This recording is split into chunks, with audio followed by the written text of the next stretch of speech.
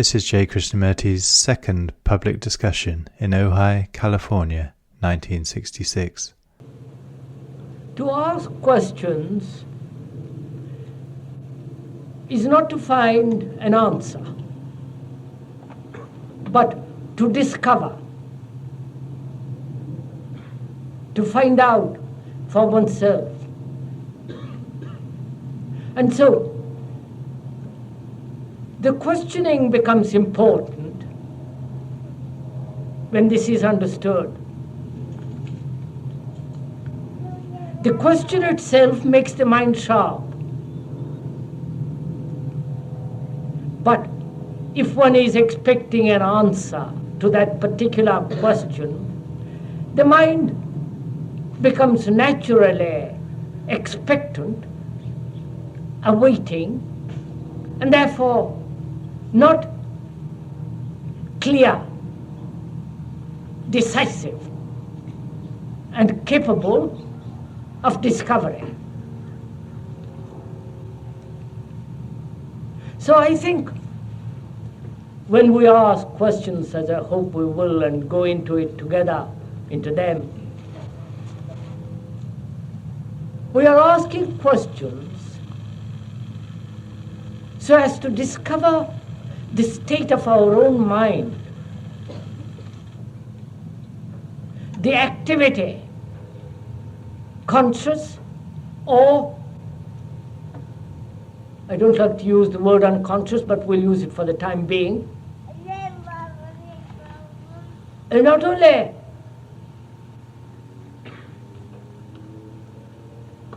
in asking questions is the conscious mind deliberately aware what it is asking.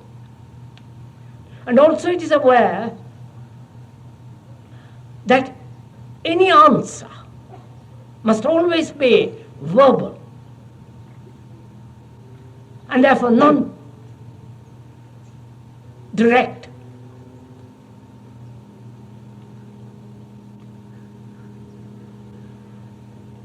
And when one asks questions, one has to also to find out why one asks it.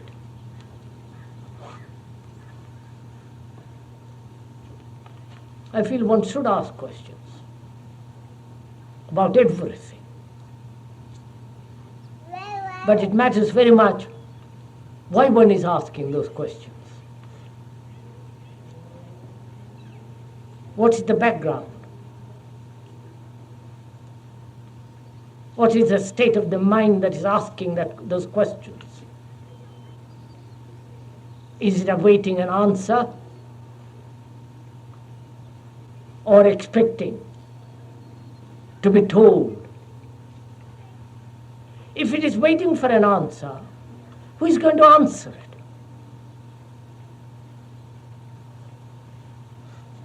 And a mind that's waiting to find the answer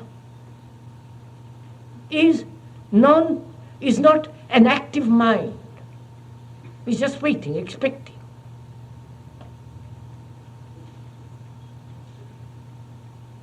So if one asks any question, one must not only be aware of the content of that question, but also why that question is being asked.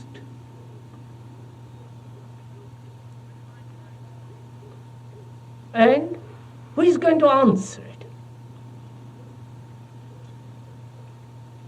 I think then, when we do put a question, it becomes very important. Then those such questions have a catalytic effect. Such questions do produce an answer in themselves. So,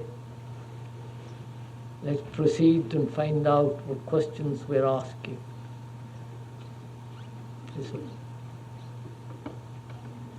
Are not hate and violence, as well as love and understanding, all forms of the same energy which lives inside each one of us as well as outside and everywhere.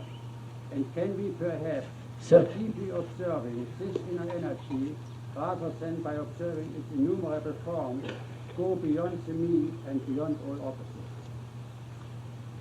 If I understand the question rightly, and please make the question brief because I have to repeat it. And if I repeat what I have heard, if it is not accurate, please correct it.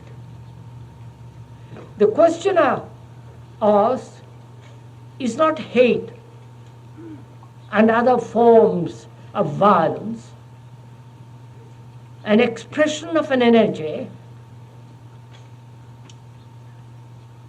which The same energy which is expressed in love and understanding. I see. Is not hate and aggression, violence, the same energy, same type of energy as love and affection?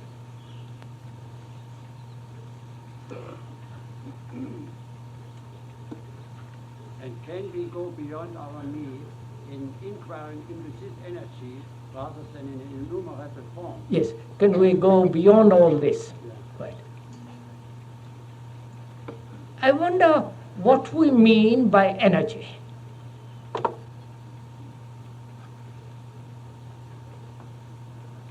Energy is brought about through friction, as most of us know. Through wrangles, quarrels, hatred, jealousies, every form of violence, aggression, and so on. The more the tension of the contradiction, the more that energy is called upon. I think one knows this. And the questioner wants to know if that energy is not the same as love.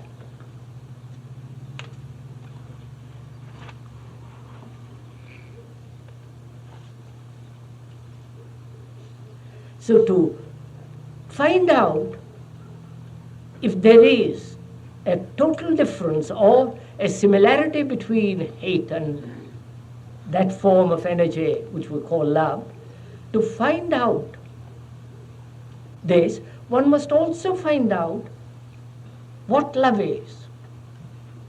We know what aggression is. We know what violence is, jealousy, and all the rest of it, which is again a form of energy, an expression of energy. And we must also find out, mustn't we, what love is. Now, how does one find out? Not if the energies are similar, but what love is.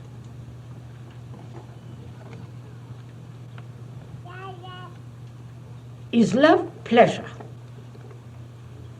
desire?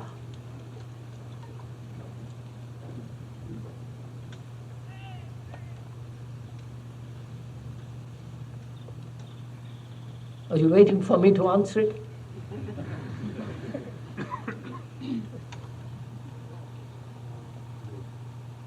So how does one find out? Or is love an energy of in a different field altogether?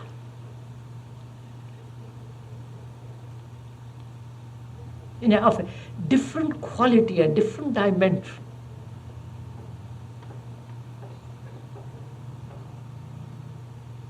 And how does one find out what love is? Not intellectually, not argumentatively, not splitting it up, saying divine, physical, and all the rest of it. How does one find out the nature of that thing?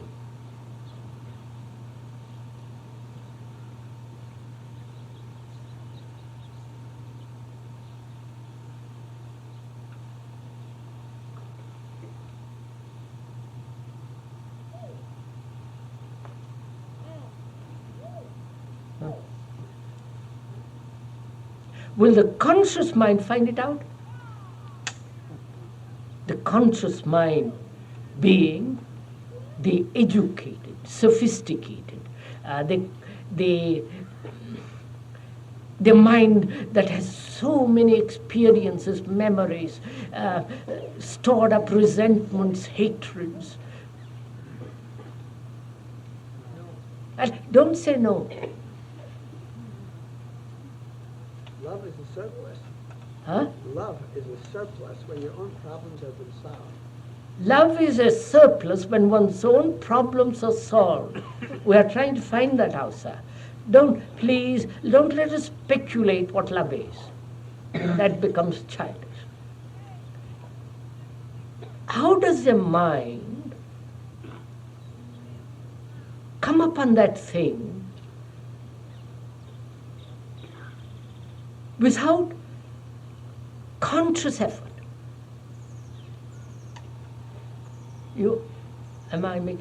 If I make a conscious effort to find it out, then my conscious effort must have a recognition of what it is. You want to say? Huh? I must have already known it. I must already smelt it, tasted it, known the quality of it. And if I know it, it's merely a memory.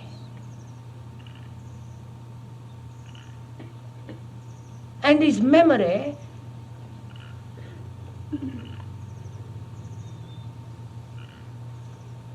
which is of time and has that memory and time anything to do with affection, love?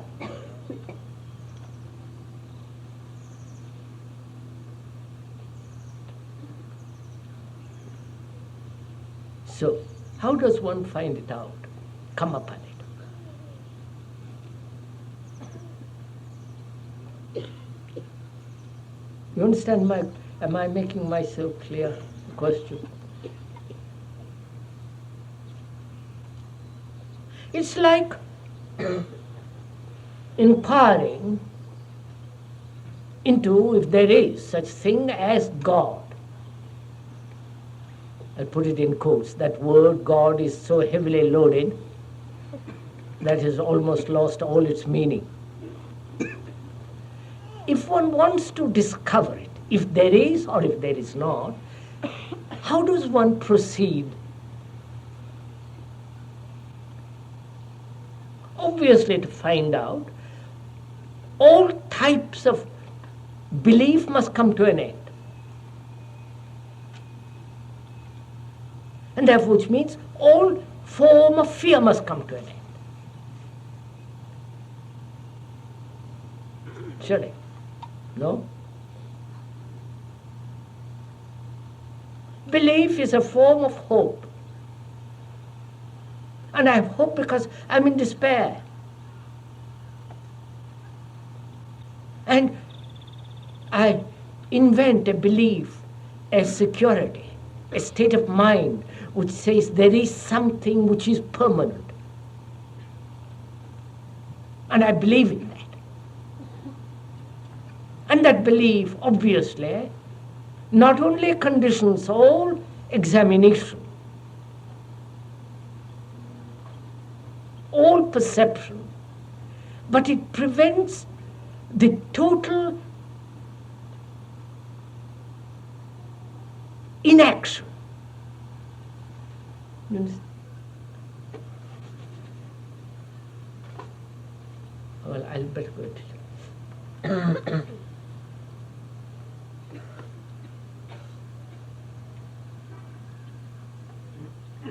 I must not only be free of every form of belief and therefore fear, and also my mind must be so sharp, so sensitive.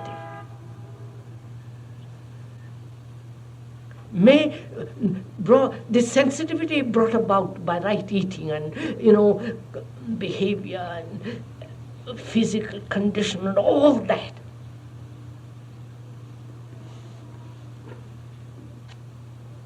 And then only there is a possibility of discovering something. So it seems to me, in the same way, to find out or come upon this thing called love, which is so heavily loaded, one must inquire into this question of pleasure and desire.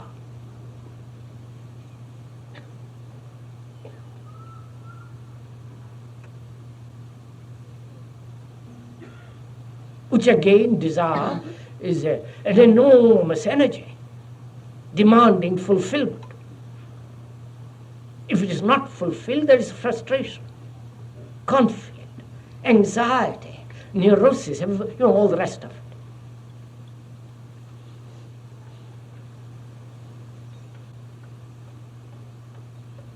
So one must find out the nature of desire and also of pleasure. Otherwise one cannot deeply come upon this thing called love.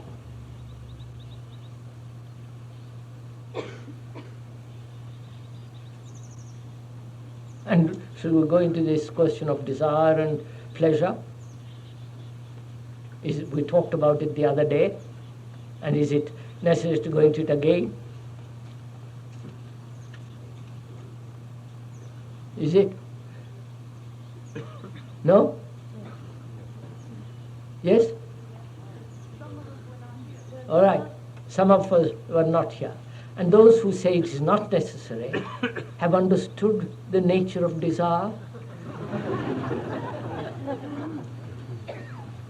have understood what is implied in the complex question of pleasure, and is there a possibility of not suppressing pleasure and understanding, and therefore bringing about a different quality of perception.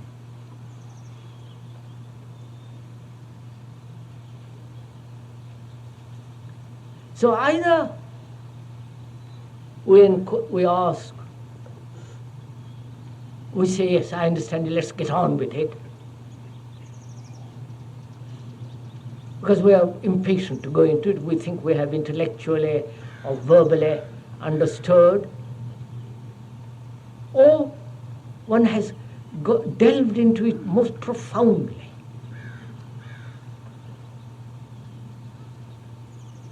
Examined the structure of desire and pleasure, enjoyment and joy. Is joy the same as pleasure?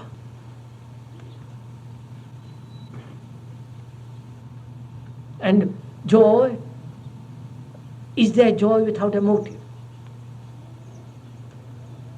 And if there is no motive, is joy not similar, has not the quality of love? So all these issues are involved in it. And to say, yes, I've understood very quickly what you mean by pleasure and desire,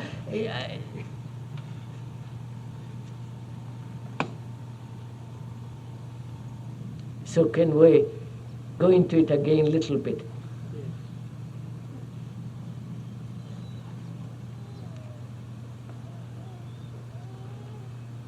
We're not trying to suppress desire.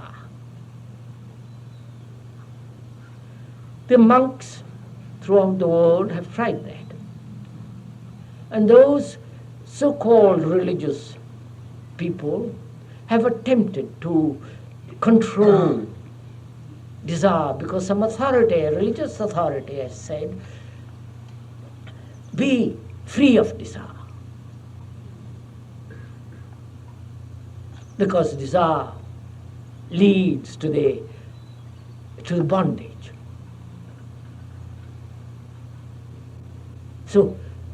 So-called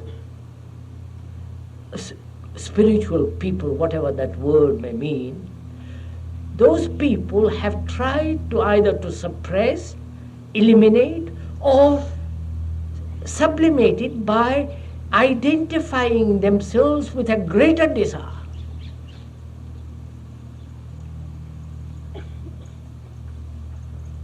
But it's still within the pattern, within the area of desire. And what's wrong with a desire?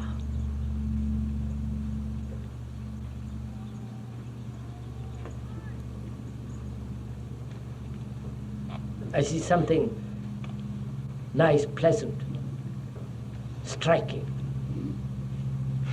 By the very looking of it, there is a sensation, there is desire out of that. Isn't that so? Please, this is not a talk, we must... And thought comes and gives that desires a continuity and vitality, and from that there is this seeking of pleasure.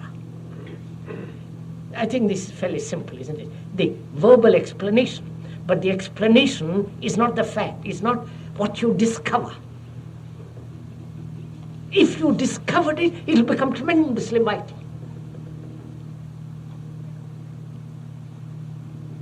If I discover how thought strengthens desire by thinking about something which has pleased me, sensually or intellectually or sunset or anything, by thinking about it, it has strengthened the nature of desire and has given it a continuity, and that continuity becomes pleasure. Right? Now, to discover it, you understand? To say, by Jove, how true that is, I've discovered it. Which doesn't mean that you agree with what has been said. It's an actual self-discovery. And that discovery gives tremendous energy.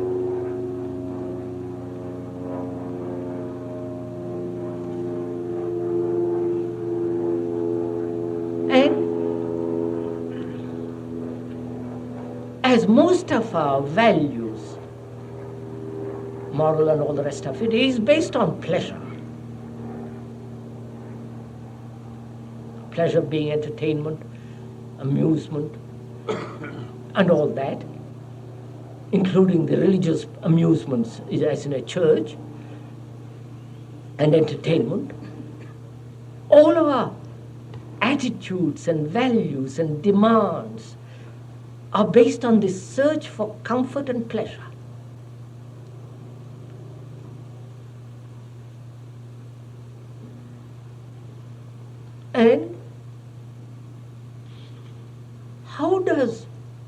And is it possible for thought not to interfere?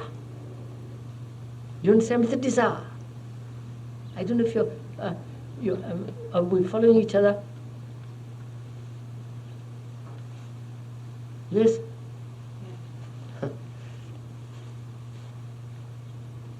You understand? I see something very beautiful. And there is immediate sensation and a desire to touch it, to hold it, to own it, to possess it.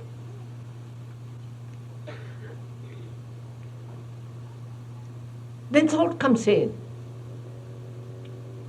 Now, is it possible to look at something extraordinarily beautiful, man, woman, child, tree, a house, a picture, whatever it is, and merely observe without the interference of thought?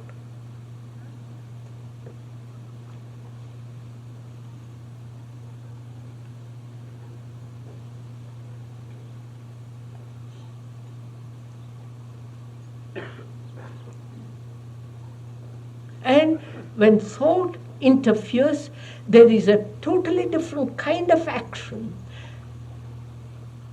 as when thought doesn't interfere with desire. You understand? I wonder, right?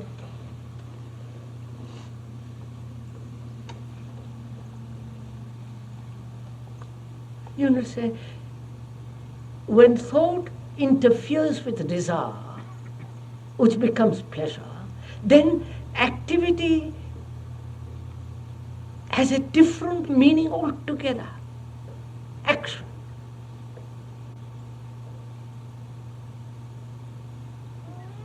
And when thought doesn't interfere with desire, there is again a totally different action which is not time binding.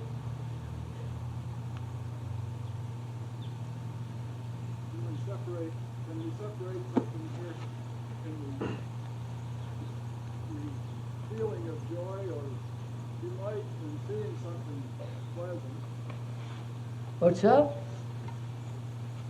I wonder if we can distinguish in this,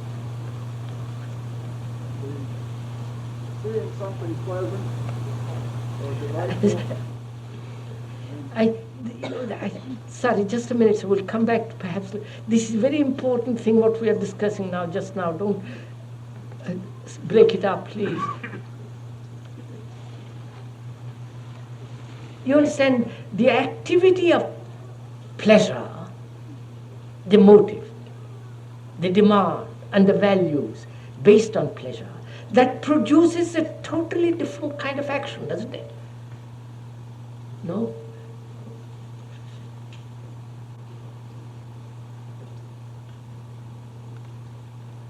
That produces anxiety, fear,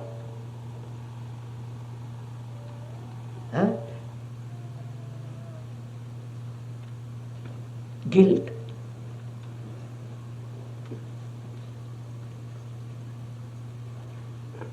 and in those activities mind is caught.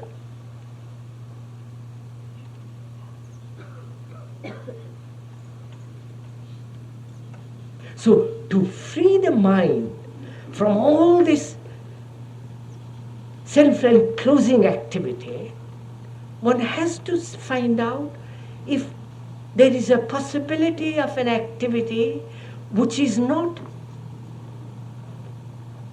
the product of thought and yet not the product of desire. You understand?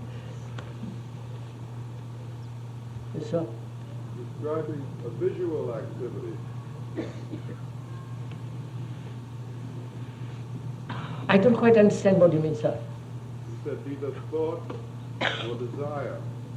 You are describing a visual activity. Yes, yes. And also an activity which is not visual. I wonder. So all this is, we are inquiring, aren't we, into the nature or come upon that thing which we call love. And we are asking if that love is something not of the same energy as hate. We must bear that in mind, otherwise we will wander away from the central question.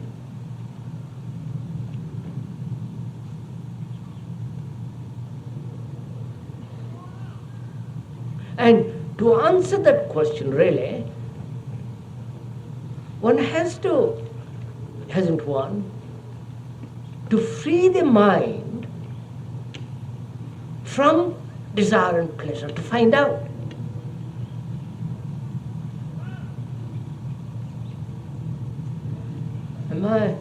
We're all getting paralyzed, hypnotized, or whatever it is. Gentleman asks, how? Is there a how? Is there a method? Listen to the questions. Is there a method to free the mind from pleasure? And the following of a method in order to achieve the result is again based on pleasure. No?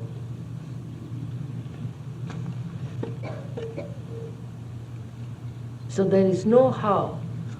There is only a state of listening. And when one listens so totally, this question is answered.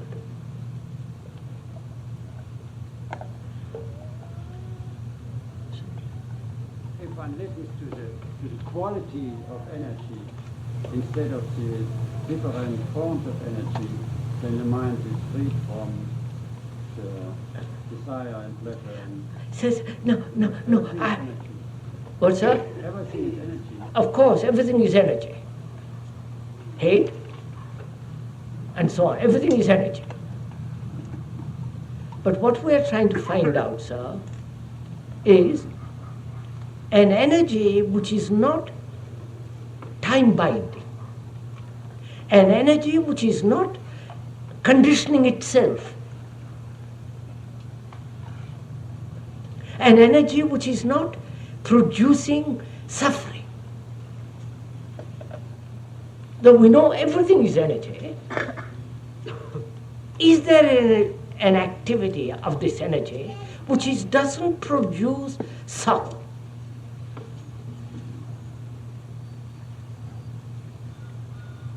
Right? Energy is a total, and so Yes, sir. Yes, sir. Yes, sir. Yes, of course. and then it's always a fragment. If you go into the total, go beyond. How do you get to the total energy? Obviously, not by putting all the parts together, and not by trying to integrate all of the things together. Again, we come back to the same problem in a different way, which is, how does one perceive anything of, perceive the totality of anything?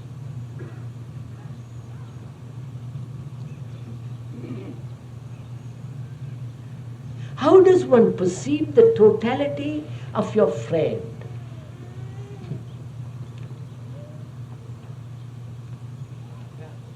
Huh? One can't. The gentleman says it cannot be done. All right, it can't be done. Finished. And then, perhaps, you see, first of all, sir, how do you look at anything totally? You say it's not possible, and when you say it is not possible, you have already blocked yourself from finding out.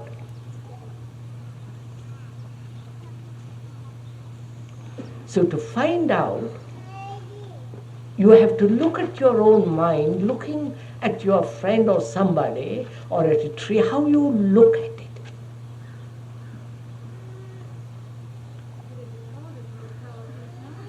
Beg your pardon?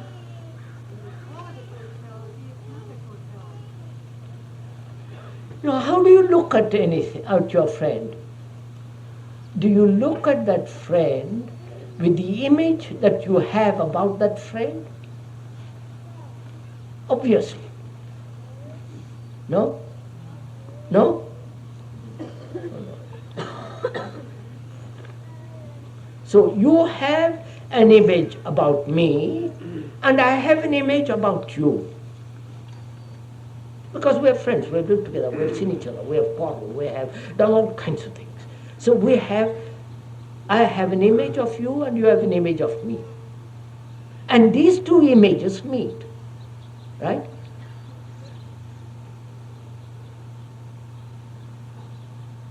You may break your image, but I have still my image about you. Unless both of us may break the image, and the machinery that makes the images, it will be a one-sided relationship.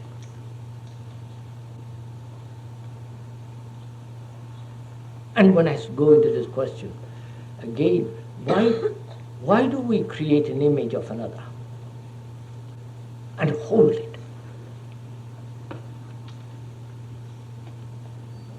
And is it not possible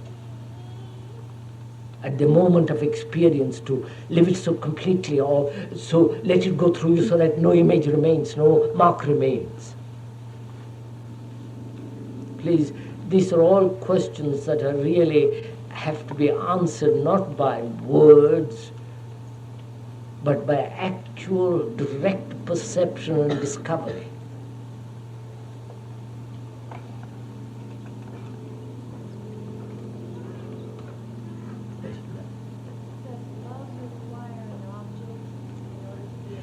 Does love require an object? Well,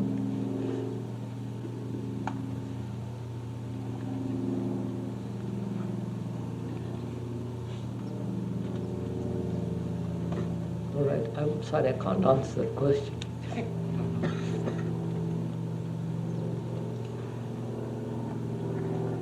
You see, sirs, most of us are second-hand people.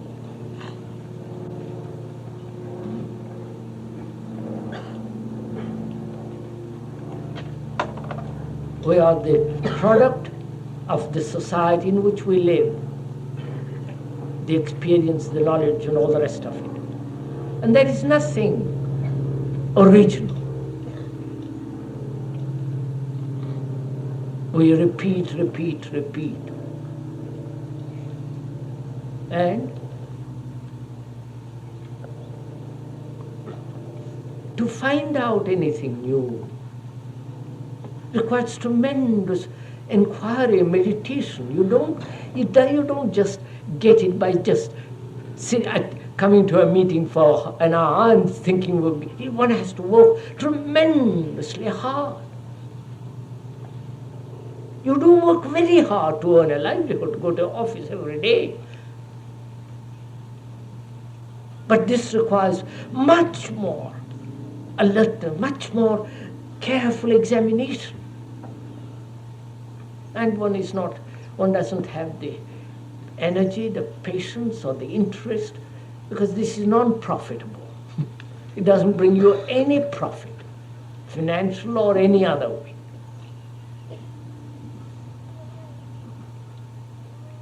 When a human being dies, a certain quality is gone. Has that quality been impressed in any way with its association with the organism? Would you mind putting the question a little more simply? This is too complex for me. When a human being dies, there is something that leaves the body, the human body. Oh, now we are going off. You see, we don't seem to finish any particular question. We want to know immediately about death. Oh, for the love of Pete, let's go.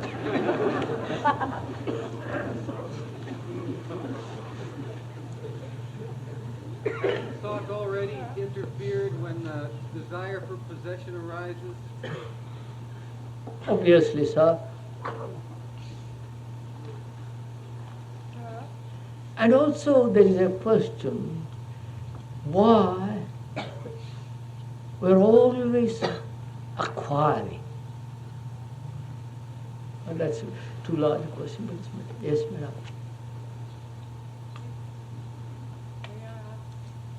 Is it not important? Pain is a feeling alone, and let the words and symbols go. If you have a desire, feel deeply, and let the symbol, the word go.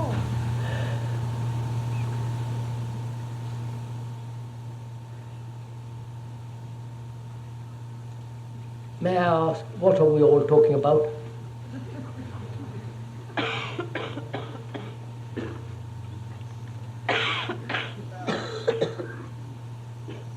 Yes, sir. I said, the answer to your question to me would be that we're talking to about ourselves. Right.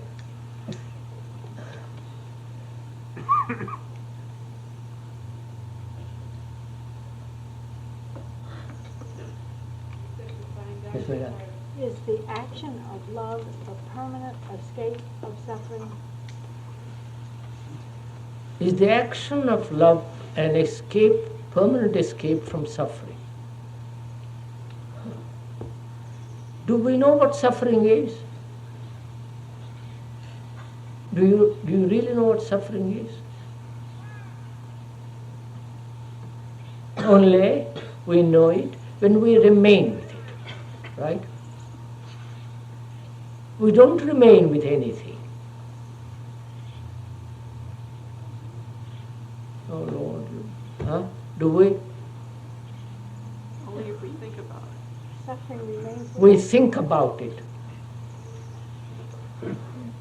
Look, all right, I'm sorry, I must go into it. Let us take the question of suffering.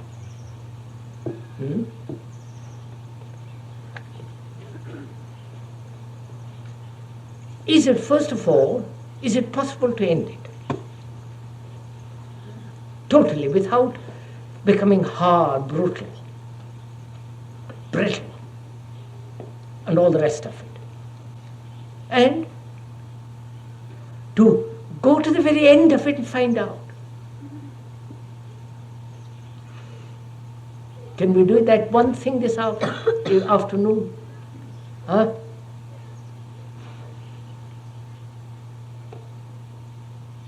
Shall we?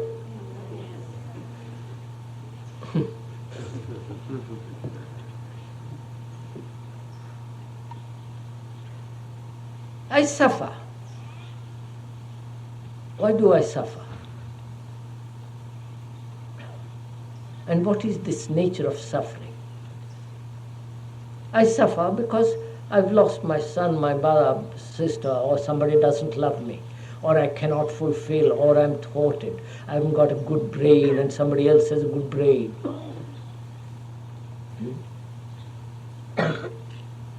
And I know what it means to suffer. In suffering there is a great deal of self-pity.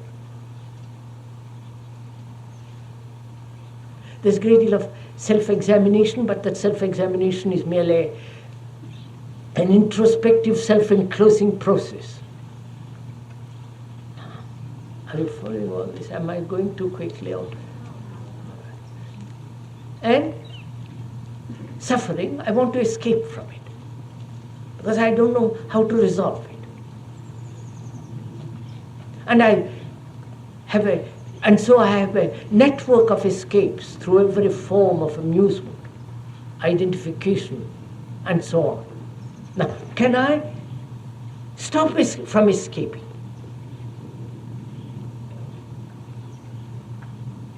And it's very difficult because escaping is so subtle. I can escape by turning on the radio, magazine, talking to somebody, and so on, but the thing remains, and I don't want to get in touch with it. It's too painful, too agonizing. I push it away.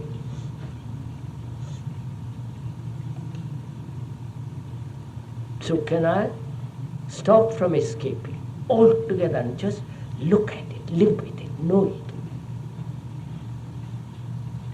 Not suppress it, not control it, not sublimate it, not do all that kind of idiotic stuff, but get to know it, live with it, go into it.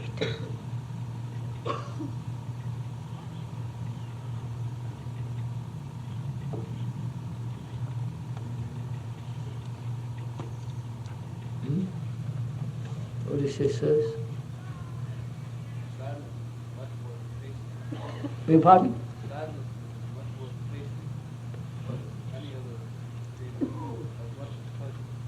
What did you say? I can't hear, sir. Sadness is as much more tasting as pleasure or happiness. But any emotion you feel is worth tasting. Is worth facing. Is worth tasting. Tasting. Huh? Tasting. Tasting, that's what we're doing. I mean, here is the question. I suffer physically, psychologically, and I can do something physically. Psychologically, I don't know what to do. and not knowing what to do, I escape. Or go to somebody who will tell me what to do.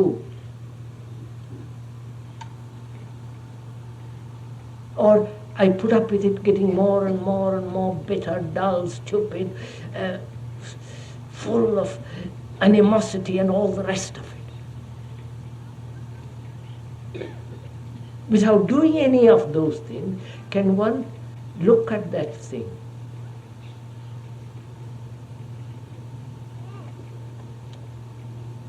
Neither enjoying it nor pushing it away.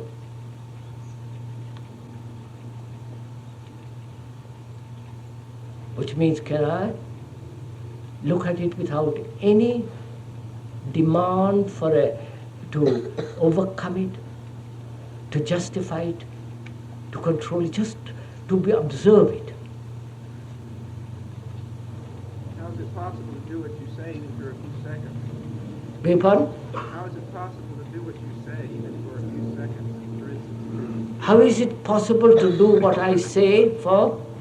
even for a few seconds. To just look at something. Or is it possible to do it for a few seconds? Why do you? What's up? I said it would seem that I would have to start by doing it for a few seconds. Do it! Do it! Do it! For a second, do it!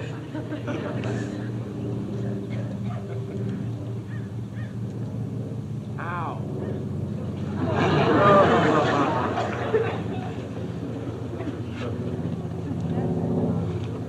You know, as I said the other day, the word how is the most mischievous word. Because you want somebody else to tell you how to do it. Don't we have to be willing to continue to suffer?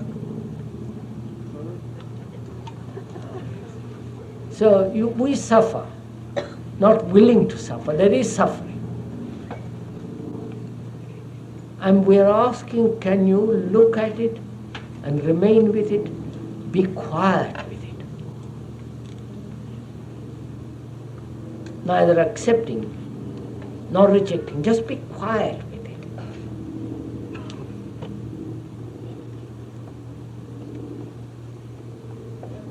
Requires tremendous meditation. Huh? Doesn't this too require tremendous meditation?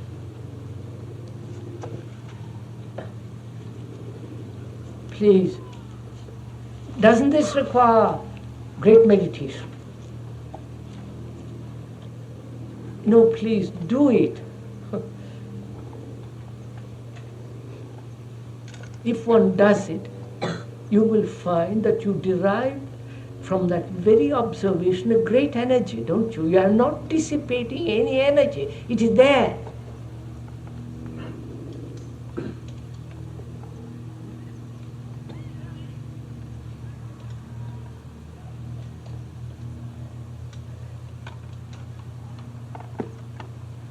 You flatter me. I like it. And I stir it up. Next time I meet you, I say, well, we become friends. You insult me, and I don't like it. And I put you away. Now, can I look at that flattery and the insult as it takes place, as it at the moment of its happening, without any stirring up of the experience? You understand? That requires attention, not how to attend, but if you see how extraordinarily important it is not to stir up.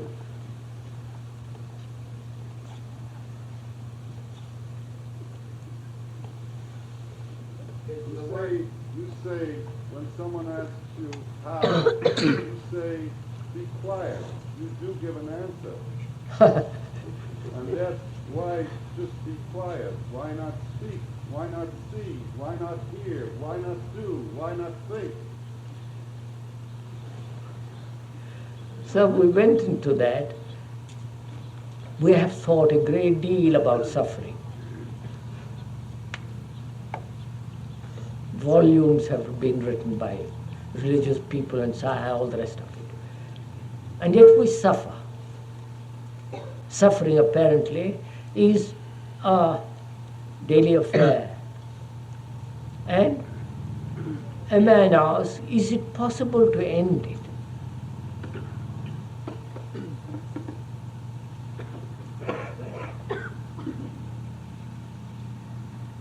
And when it says, please tell me how to end it, then is that thinking? Is that examining? Or you're merely wanting a result which will be greatly pleasurable when the suffering ends? Obviously you think it will be tremendous pleasure, there will be great pleasure. So one follows the method in order to have that pleasure. But there is no understanding of suffering. And so, when there is no understanding of suffering, it comes in another form. So what we are trying to do is to find out for oneself whether it is possible to end this thing that we call suffering, in which is involved self-pity, loneliness, all that.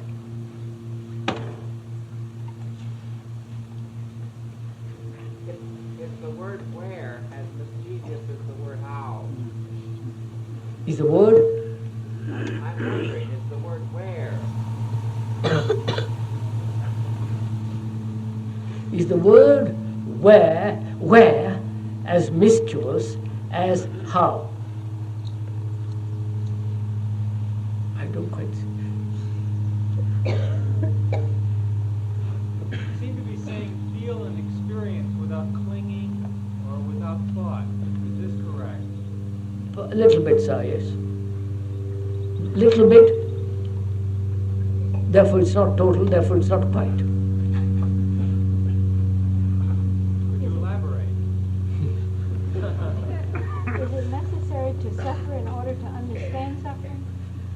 Is it necessary to suffer in order to understand? In order to understand.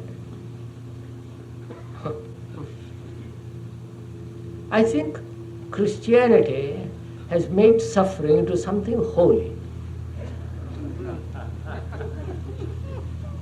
By suffering we say we're going to, reach heaven. I think a mind that suffers is the most stupid mind.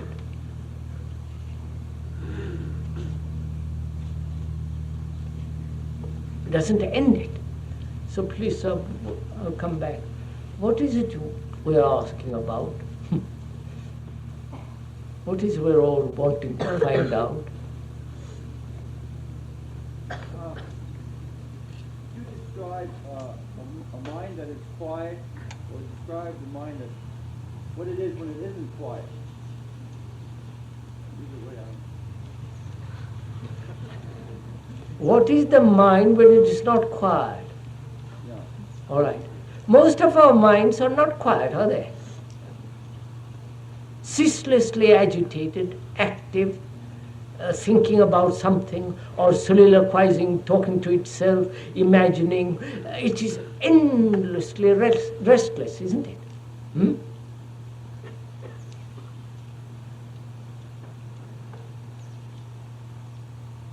And how do we know any quiet when the mind is so restless?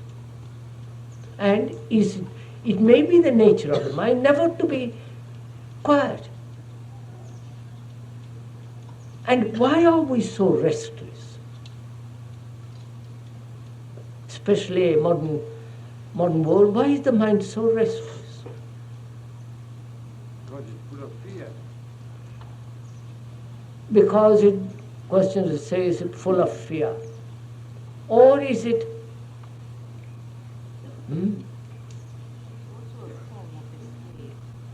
it's also a form of escape.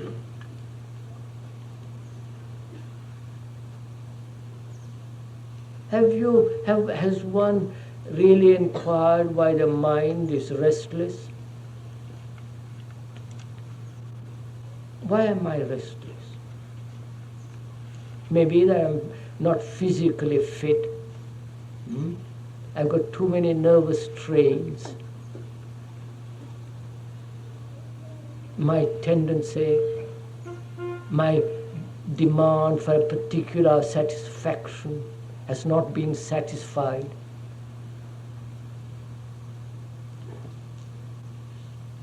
And I'm always seeking something which will give me immense satisfaction, and I know there isn't any.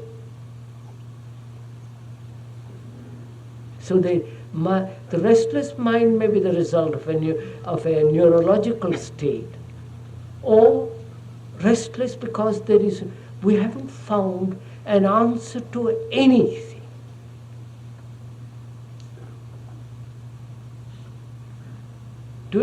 An answer in the deep sense of the word to fundamental issues. Therefore, it's nothing to do. It's like a leaf driven all over the place. And without understanding the nature of one's own thinking, which is self-knowing, quietness of the mind is not possible. And to know oneself is the beginning of wisdom. Not in a book, not in psychology, all that. Wisdom is in knowing oneself. It comes out of the soil of self-knowing. Why do you pick the negative aspect of a restless mind? Isn't an active mind such as yours right now a creative mind? Is not your mind, the speaker's mind, which is active now, is not restless in that sense? Creative. Again, this is a very difficult word, creative. And does one, this is again a rather difficult question, does one, as one is now talking together, is there a thinking process at all? I mustn't go into that. So what do we mean by creative? One goes to college to learn creative writing. Or creative painting, creative music. Oh, everybody talks about creative, being creative. The word creative is not the state of the mind that is creative, right? And what is that mind that's creative? A mind that is creative must die each moment to the thing which it has learned, which it has known. Otherwise, it's not new.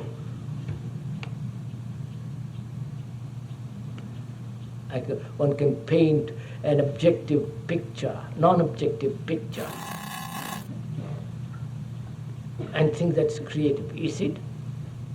Or creativeness may be a state of mind in which there is no fulfillment at all, no demand for expression.